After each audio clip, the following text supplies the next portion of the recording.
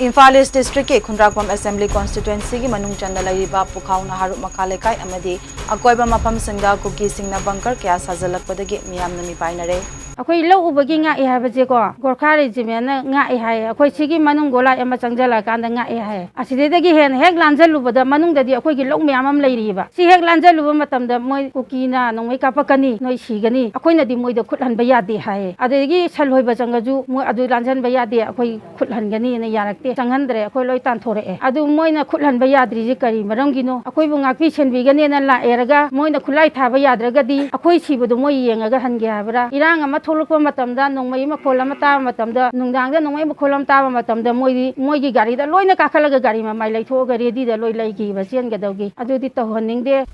Imphal East District ke Khundrakpam Assembly Constituency ki manung channa lairiba Pukhau na Harup Makalekai amadi akoibada lairiba Meeyamda khul asigi manak nakna lairiba chingsang pareng singda Kuki khulai paiba singna bunker kaya nauna sagalakpadagi khunja sing lau uba changba ngamnadre haire Hiram asigi matangda Pukhau na Harup Makalekai degi wai parabi laima kobi nupi amana phongdorakpagi matung ina haukiba May thagi tang ahumdagi chatharakiba irang asina Lanjena duna lairuraba matungda irang khara nemthare khanduna khol asida amuk halaktuna lairakibane masida khol asigi akoibada leiba chingsang singda bunkerna chingba amata saduna lairamdabane adubu handak numit kharani asida khol asigi maning thangbada lairiba champhailomgi chingsang sing amade Pukhau na Harup mamang chingsang singdagi bunker kaya ama nauna sajilakpa thengnari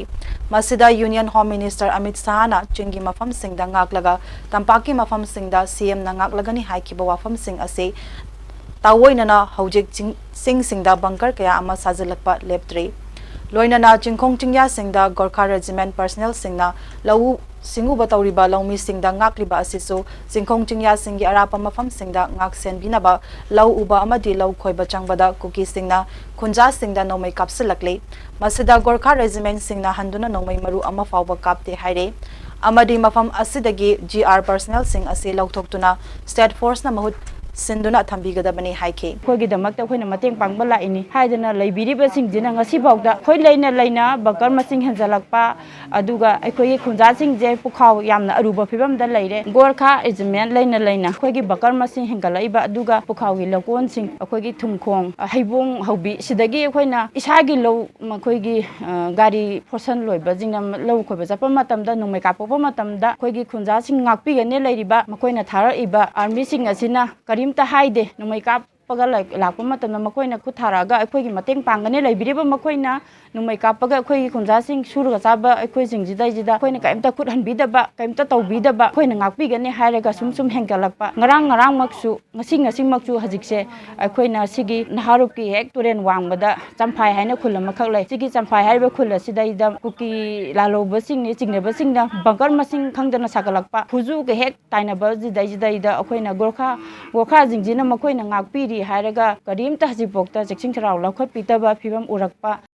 Loinana Kuki singna nomai kablakpa matamda khul asibu ngakpa lakliba Gorkha Regiment personnel singsu makhoigi gari da kakhatuna chengadabagi mawongda tawduna leibagi fibam asina maram oiraga Pukhau na Harup ki akoibada numidangi matamda khunja singna kari tholakani khanbada ahing kaya tumdana ngasi fawba khul asibu ngaktuna leire masida lenga ki mari leinaba singda sajilakliba bunker sing lauthoknaba state force thambinaba pugning chingsilakle